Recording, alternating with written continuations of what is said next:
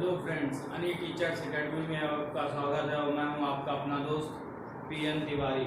Junior added estate और UP triple SC पेट में math की श्रृंखला को आगे बढ़ाते हुए हम लोगों ने लाभ और हानि का फर्स्ट लेक्चर देख लिया था। आज हम लोग सेकंड लेक्चर देखते हैं।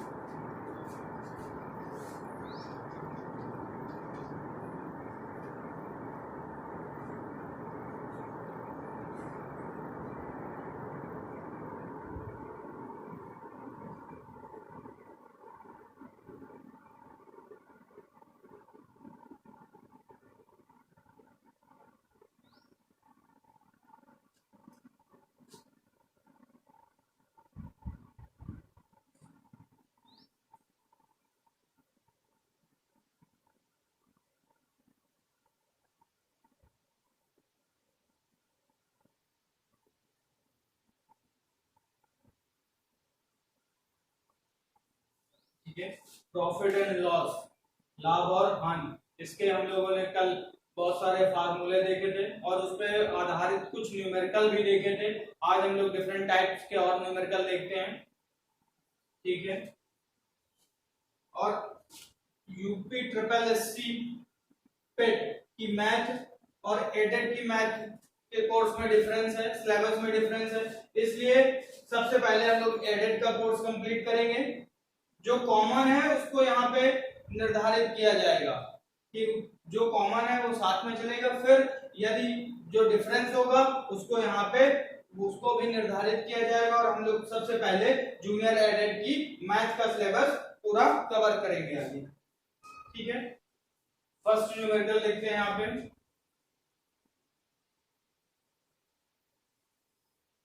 यदि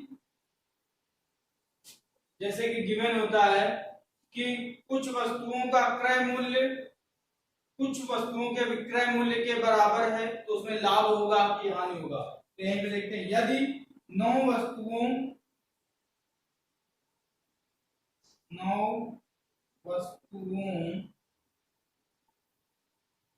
का यदि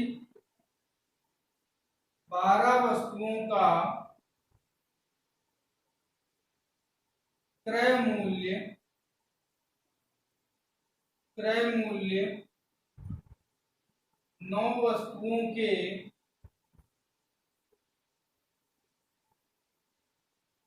9 वस्तुओं के विक्रय मूल्य के बराबर है तो लाभ या हानि ज्ञात करो। ठीक है, यदि क्या है, यदि 12 वस्तुओं का क्रय मूल्य, 12 वस्तुओं को जितने दाम पे खरीदा है उतने ही दाम पे 9 वस्तुओं को बेच दिया, तो यहाँ पे लाभ या हानि ज्ञात करना है। तो मान लेते हैं यदि एक वस्तु का कॉस्ट प्राइस दो तरीके से हो सकते हैं सॉल्व करने के। पहले मेथड फर्स्ट देखते हैं। यदि मान लेते हैं, माना एक वस्तु का क्रय मूल्य बराबर x है, तो 9 वस्तु का क्रय मूल्य कितना हो जाएगा 9x। एक वस्तु का क्रय मूल्य को एक रुपए मान लेते हैं, इसलिए एक वस्तु का क्रय मूल्य 1 रुपए है तो 9 वस्तु का क्रय मूल्य 9 रुपए हो जाएगा। अब वहीं पे 9 वस्तुओं का क्रय मूल्य, ये सीपी है, उन वस्तुओं का सीपी 9 रुपए है और एसपी सेलिंग प्राइस कितना है 12 वस्तुओं के बराबर है, 12 के बराबर है। ठीक है, तो यहां से प्रॉफिट परसेंटेज कितना आ जाएगा, CP SP minus CP divided by CP into 100। ठीक है। तो 12 माइनस का 9 डिवाइडेड बाई 9 इंटू 100, तो ये आ जाएगा 3 डिवाइडेड बाई 9 इंटू 100। इसको जब सॉल्व कर लेंगे तो 1/3 हो जाएगा, और 3 से इधर डिवाइड करेंगे, 3 कम 3 3 9, फिर बचा 1 बचा, 3 3 9, 33 सही 1/3% के बराबर लाभ होगा। ये क्या है? लाभ है। यदि 12 वस्तुओं का क्रय मूल्य 9 वस्तुओं के विक्रय मूल्य के बराबर है, मतलब जितने रुपए में 12 वस्तुएं खरीदी जाती हैं उतने ही रुपए में 9 वस्तुएं, केवल 9 वस्तु ही बेची जाती हैं, तो कितनी वस्तुओं का लाभ हुआ? 3 वस्तुओं का लाभ हुआ। यहां से देखिए आप लोग फिर से, 12 वस्तुओं का क्रय मूल्य 9 वस्तुओं के विक्रय मूल्य के बराबर है, मतलब 12 रुपए में यदि हम 1 रुपए में 12 वस्तुओं को खरीदते हैं तो 1 रुपए में कितने 9 वस्तुओं को ही तो बेच रहे हैं, तो 3 वस्तुओं का हमको लाभ हुआ। अब इसका सेकंड मेथड इस तरीके से किया जाता है, तो यहां पे आ जाएगा प्रॉफिट, लाभ कितने वस्तुओं का हो रहा है? 3 वस्तु का लाभ हो रहा है, 3 का लाभ हो रहा है, कितने में? 9 वस्तुओं में से, इंटू 100, तो 1/3 इंटू 100, तो ये आ जाएगा 33 सही 1/3%। ये डायरेक्ट हो गया बस एनालिसिस से कि कैसे क्या होगा। ठीक है, नेक्स्ट क्वेश्चन देखते हैं।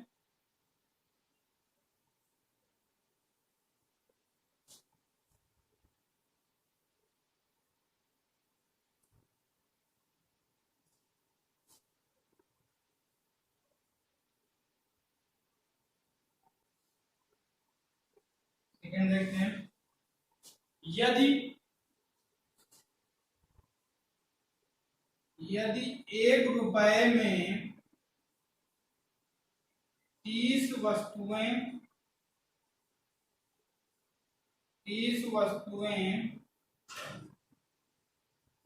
खरीदी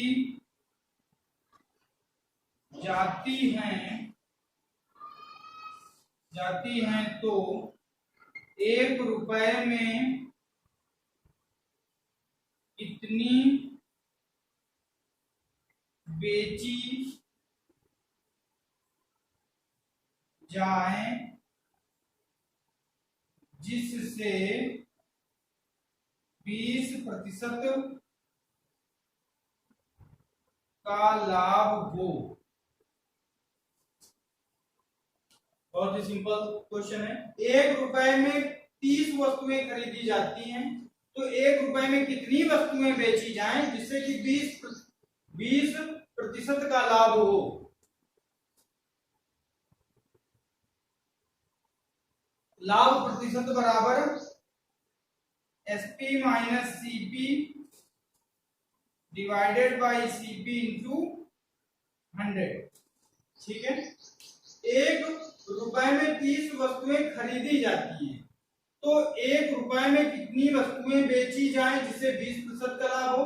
अब 1 रुपए में यदि 30 वस्तुएं खरीदते हैं तो 1 रुपए में कम ही बेची जाएंगी, वस्तुएं जो होंगी वो कम ही बेची जाएंगी, जिससे हमें 20% का लाभ होगा। ठीक है, तो यहाँ पे 20% का लाभ हो रहा है। अब उसको यदि हम x मान लें, सीपी x मान ले, तो 30 minus x divided by x into 100, यह भी मेथड फर्स्ट है, जैसे आप लोग x मान कर करते हैं। तो 20% का लाभ हो रहा है, 1 रुपए में 30 वस्तुएं ही खरीदी गई थी, बेची उससे कम नहीं जाएंगी, तभी हमें लाभ होगा। तो यहाँ पे सीपी को x मान लिया है। अब इसको जब सॉल्व करेंगे, ठीक है, इसको जब सॉल्व करेंगे तो 100 इधर आ जाएगा 20 into 100, 30 minus x over x.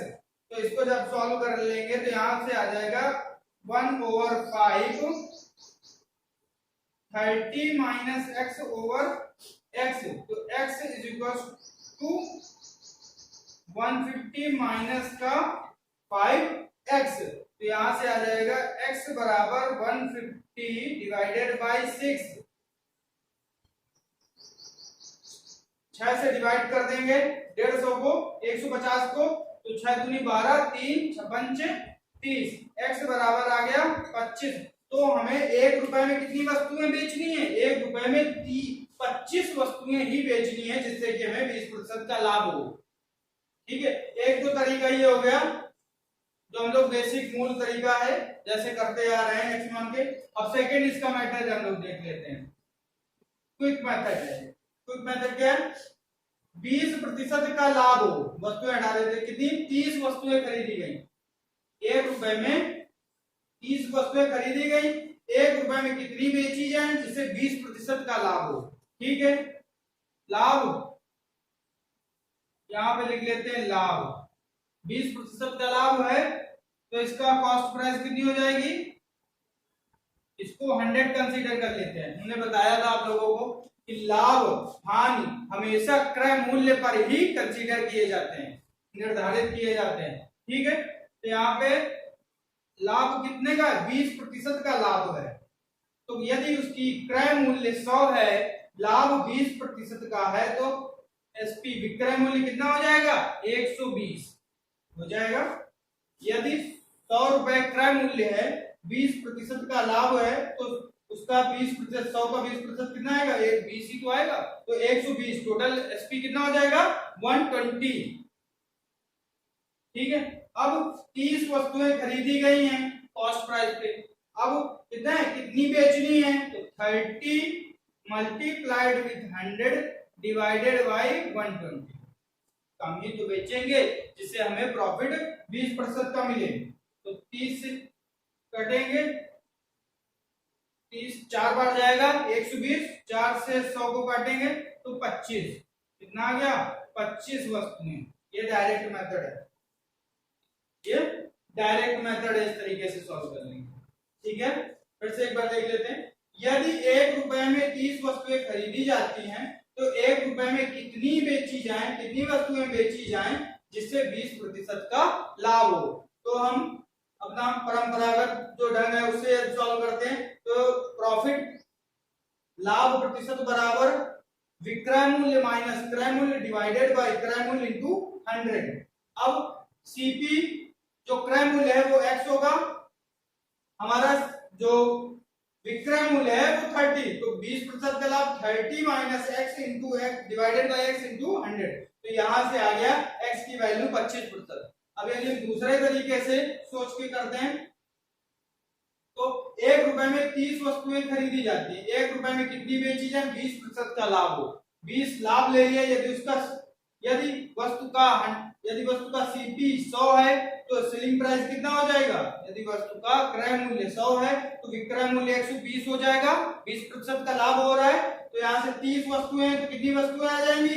30 multiplied with 100 divided by 120, तो 25 वस्तुएं आ जाएंगी जिसमें से हमको 20% का लाभ होगा। ठीक है, नेक्स्ट न्यूमेरिकल देखते हैं।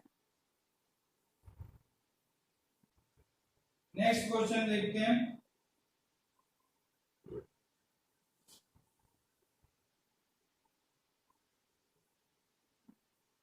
एक विक्रेता 4 रुपए में 5 केले खरीदता है और 5 रुपए में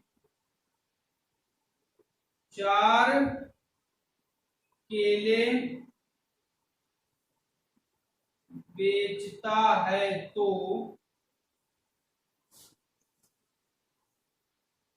लाभ ज्ञात करें। एक विक्रेता है, 4 रुपए में 5 केले खरीदता है और 5 रुपए में 4 केले बेचता है। कम रुपए में ज्यादा केले खरीद रहा है और ज्यादा रुपए में कम केले बेच रहा है, तो जाहिर सी बात है लाभ ही होगा, लाभ प्रतिशत ज्ञात करना है हमको। ठीक है, तो पहले क्या करते हैं, इसको इसके भी 2 तरीके से सॉल्व करने के। जनरली क्या होता है, हर क्वेश्चन को सॉल्व करने के दो तरीके होते हैं। एक तो आप उसमें क्या है परंपरागत एक्स वाई और एलसीएम करके सॉल्व करते हैं, दूसरा क्या है डायरेक्ट मेथड, उसके क्वेश्चन के अकॉर्डिंग डायरेक्ट मेथड अप्लाई कर दिया जाए। पहले हम पहला वाला देखते हैं, ठीक है। 4 रुपए में 5 केले खरीदता है और 5 रुपए में 4 केले बेचता है, ठीक है। तो इनका एलसीएम कितना हो जाएगा, कितने रुपए हो जाएगा, 4 रुपए और 5 रुपए, 5 केले और 4 केले, एलसीएम 20। तो पहले में देख लेते हैं, ठीक है। पहले में सीपी बराबर आ जाएगा 4/5 गुणते 20 बराबर 16 रुपए, ठीक है। और एसपी क्या है, 5 रुपए में 4 केले बेच रहा है। जब 5 रुपए में 4 केले बेचता है, या फिर कहें 4 केले बेचता है 5 रुपए में, तो 1 रुपए में 5 रुपए में, तो 1 रुपए में 5/4, इसलिए 20 केले कितने में बेचेगा, ये हो जाएगा उसका एसपी सेलिंग प्राइस। तो ये कट जाएगा, ये आ जाएगा 25 रुपए। पहला 5 रुपए में बेचता है 4 केले, तो 20 रुपए में कितने केले बेचेगा, पहला ये है 5 केले खरीदता है 4 रुपए में, ठीक है। तो सेलिंग प्राइस, कॉस्ट प्राइस आ गई, क्रय मूल्य, तो 20 केले कितने 16 रुपए में खरीदेगा। अब विक्रय मूल्य, 4 केले 5 रुपए में बेचता है, तो यहाँ पे 20 केले कितने में बेचेगा 25 रुपए में। अब इसी का प्रॉफिट परसेंटेज निकालने हैं, प्रॉफिट प्रतिशत बराबर SP minus CP divided by CP into 100, ठीक है।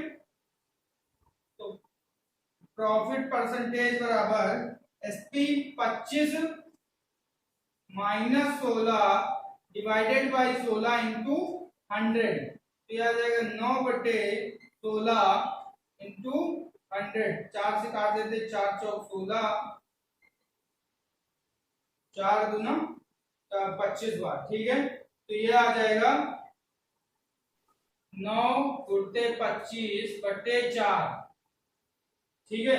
इसको काट देते हैं, अच्छा 4 से काटेंगे, 4 पंचे 20, 4 छंग 24, 1 बचेगा, दशमलव लगाया, 0 बढ़ा देंगे, 4 दूना 8, 4 दूना 8, 2 बचेगा, 4 पंचे 20, 6.25 मल्टीप्लाई कर देंगे, 9 बना 45, 5 हाथ से लगा 4, 9 दूना 18, 4 22 की 2 हाथ से लगा 2, 9 6 का 54, 2 56, इसलिए 56.25% का लाभ होगा।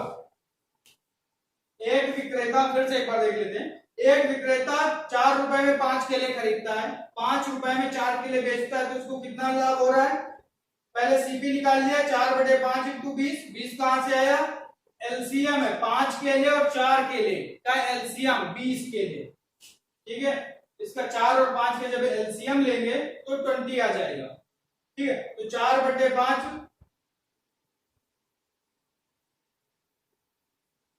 यहां से ये समझिए 5 रुपए में 5 केले खरीदता है 4 रुपए में, इसलिए 1 रुपए में 4/5, इसलिए 20 केले 16 रुपए में, ठीक है।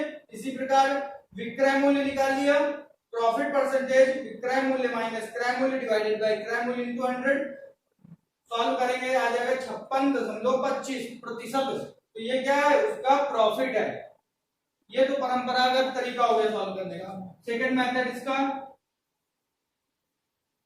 यहां से देख लेते हैं M2। सेकंड मेथड क्या है, 5 रुपए में 4 केले, 5 रुपए में कितने केले बेचता है,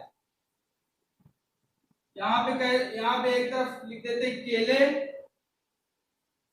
और दूसरी तरफ मूल्य।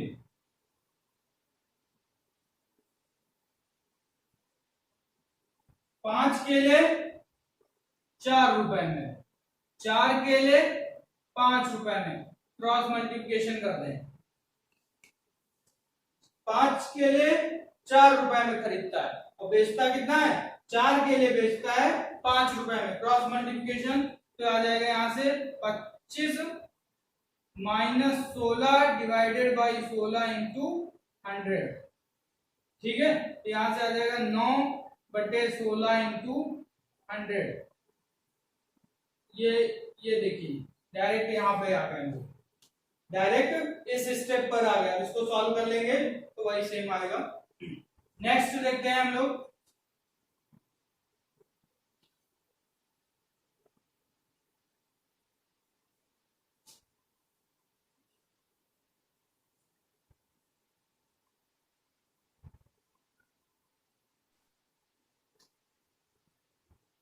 जैसे आता है सक्सेसिव छूट, क्रमागत छूट, तो 50% और 20% की एकल छूट ज्ञात करें।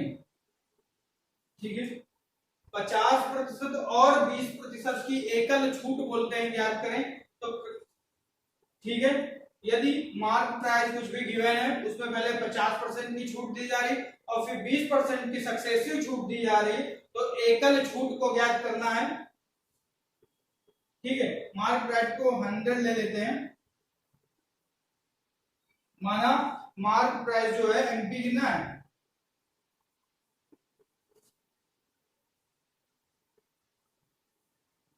100 है। अब 50% की छूट दी गई, 50% पहला 50% की छूट दी गई तो बचा कितना, 85% तो बचेगा। तो 100 का शेष बचा कितना, 50 की छूट हो गई तो 1 माइनस 50।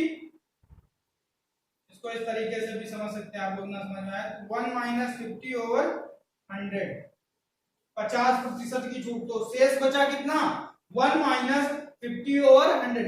अब उसी पर 20% की छूट दी गई तो 1 माइनस ये इसी पे जिसपे 50% की छूट दी जा चुकी है उसी पे 20% की और छूट दी देगी, तो 1 माइनस 20/100। तो यहां से आ जाएगा 100 50/100 इंटू 80/100। ये से 100 से ये कैंसिल, ये 2, ये 40, ये शेष बची हुई है जो बचा हुआ है, ये क्या है, बचा हुआ राशि आई है 40। अब कह रहा है एकल छूट बचा हुआ इतना है तो छूट कितनी दी गई होगी, छूट होगी 100 में से 40 बचा तो छूट कितनी दी गई, 60% की छूट दी गई। कितने की छूट दी गई, 60% की एकल छूट। 50 और 20 की यदि बोला जाए सक्सेसिव 50 क्रमागत 50 और 20 क्रमागत छूट दी जाती है तो उनकी एकल छूट ज्ञात करिए। तो कैसे निकालेंगे, मार्क प्राइस लेके उसमें शेष बचा हुआ कैलकुलेट कर लें, बचा हुआ कैलकुलेट कर लें और उसमें 100 में घटा दें, वही हो जाएगा छूट। एक तो यह तरीका हो गया। दूसरा हमने आपको क्रमागत परिणामी का फार्मूला बताया था, दूसरा क्रमागत प्रतिशत का परिणामी का फार्मूला बताया था। क्या होता था, x plus y plus x y divided by 100, ये परिणामी का फार्मूला था। अब यहाँ पे क्या है, पहले 50% की छूट है, छूट को माइनस से इंडिकेट करेंगे, -50, फिर माइनस की 20% की छूट प्लस माइनस की 50 माइनस की 20/100,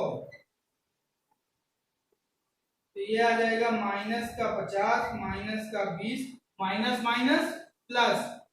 ठीक है, माइनस माइनस प्लस हो जाएगा, ये गया 2 बार, 2 से 10 तो प्लस का 10, यहां से कितना, माइनस का 70 प्लस का 10 माइनस का 60, तो कितना होगा, हमने क्या बताया, माइनस साइन छूट को इंडिकेट कर रहा है, तो छूट कितनी आ गई, 60%।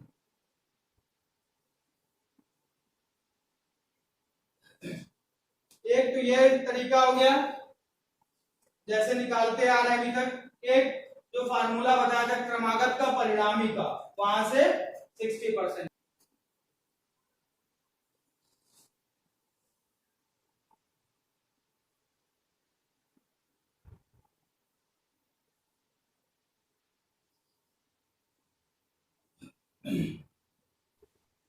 जब अंकित मूल्य, क्रय मूल्य और विक्रय मूल्य तीनों गिवन होते हैं तो कैसे करते हैं, एक न्यूमेरिकल ले लेते हैं।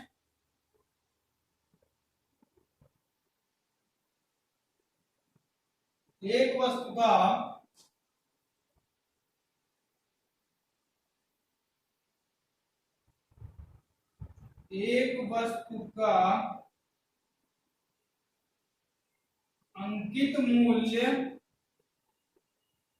अंकित मूल्य क्रय मूल्य से 20% अधिक है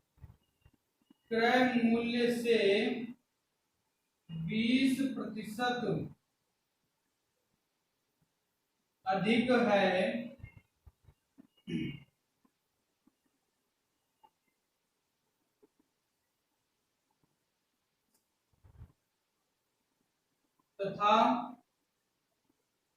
वस्तु पर 10% की छूट दी जाती है तो उसका लाभ प्रतिशत ज्ञात करें। ये बहुत अच्छा क्वेश्चन है। एक वस्तु का अंकित मूल्य क्रय मूल्य से 20% अधिक है तथा वस्तु पर 10% की छूट दी जाती है तो उसका लाभ प्रतिशत ज्ञात करना है। तो पहला तरीका बताइए आपको, मानक क्रय मूल्य बराबर x, ठीक है। क्रय मूल्य को x मान लिया तो अंकित मूल्य कितना हो जाएगा, मार्क प्राइस हो जाएगा x का 20%, x का 20%, तो आ जाएगा 120 x। अब ये अब सेलिंग प्राइस जो है, सेलिंग प्राइस पे क्या 10% की छूट दी जाती है तो बचेगा कितना, 90% ही तो बचेगा। यदि हम किसी वस्तु पे 10% की छूट दे देंगे, अंकित मूल्य पे 10% की छूट दे देंगे, मतलब कि अंकित मूल्य का 90% ही बचा। सेलिंग प्राइस कितनी हो जाएगी, अंकित मूल्य का 90% बटे 100 इंटू, ठीक है। अब इसको आप सॉल्व कर लेंगे, 2 जीरो से ये कैसे 12, इसे भी आप कैंसिल आउट कर देंगे, 4 से चला जाएगा, 4 तिया 12, 4 25, ठीक है, 9 तिया 27 बट्टे 25x, ये आ गया सेलिंग प्राइस। अब प्रॉफिट परसेंटेज फॉर्मूला आपको बताइए, selling price minus cost price divided by cost price into 100। Selling price कितना है, 27 बटे 25x minus cost price x, cost price x into 100। तो इसको जब सॉल्व करके कैलकुलेट करेंगे तो आ जाएगा, x कैंसिल हो जाएगा, x कॉमन ले लो ऊपर से, यहाँ पे 1 हो जाएगा, यहाँ से x कैंसिल, ये कैंसिल, तो ये आ जाएगा 27 माइनस 25 बटे 25,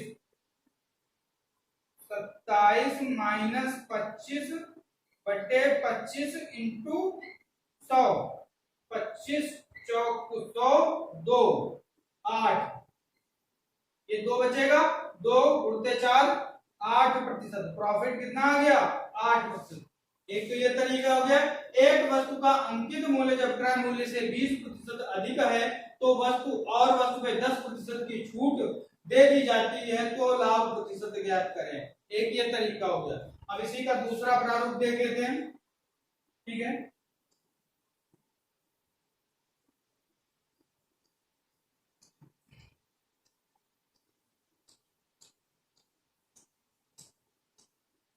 यहाँ पे लिख दें सीपी एसपी एनपी, ठीक है। क्रय मूल्य, विक्रय मूल्य, अंकित मूल्य। क्रय मूल्य तो 100 ले लें, क्योंकि क्रय मूल्य ही यहाँ पर क्या है, बेस है। एक वस्तु का अंकित मूल्य क्रय मूल्य से 20% अधिक है, तो क्रय मूल्य को बेस बना के काम किया गया है, अंकित मूल्य 20% अधिक है। फिर क्या है, वस्तु पर 10% की छूट दी जाती है, तो लाभ प्रतिशत ज्ञात करें। तो हमने क्या किया, क्रय मूल्य को 100 ले लिया, तो अंकित मूल्य कितना हो जाएगा, 100 का 20%, 100 का 20%, 120। अब क्या है, वस्तु पर 10% की छूट दी जाती है। अब 120 जो अंकित मूल्य है, इस पे 10% की छूट देंगे, इस पे 10% की छूट, तो इसका 10% निकालें साइड पे। 120 का 10% 12 आएगा, तो ये छूट दी गई, 12 की छूट दी गई 120 पे, तो 120 माइनस 12 कितना हो जाएगा, 108। 120 माइनस 12 108। अब क्या करें, उसका लाभ प्रतिशत ज्ञात करें। लाभ हमेशा क्रय और विक्रय के मूल्य में 108 से, कॉस्ट प्राइस कितनी है, 100 है, सेलिंग प्राइस 108 है, तो लाभ कितना हो जाएगा, लाभ बराबर 108 माइनस 100 बराबर 8% का लाभ हो रहा है, सीधे सीधे। एक दूसरा तरीका ये हो गया। हर एक क्वेश्चन को सॉल्व करने के उसके एनालिसिस पे डिपेंड करता है कि वो सॉल्व कैसे होगा जनरली, ठीक है। ये लाभ और हानि का लेक्चर सेकंड था। अब में भी सिलेबस बदल सकता है, ठीक है। जब तक जूनियर एडेड और यूपी ट्रिपल एससी का सिलेबस एक चल रहा है, मैं एक चला रहा हूं। जब सिलेबस चेंज होगा तो यहाँ पे आपको निर्धारित कर दिया जाएगा कि जूनियर एडेड का ही सिलेबस अभी तक चल रहा है। Okay, thank you for watching.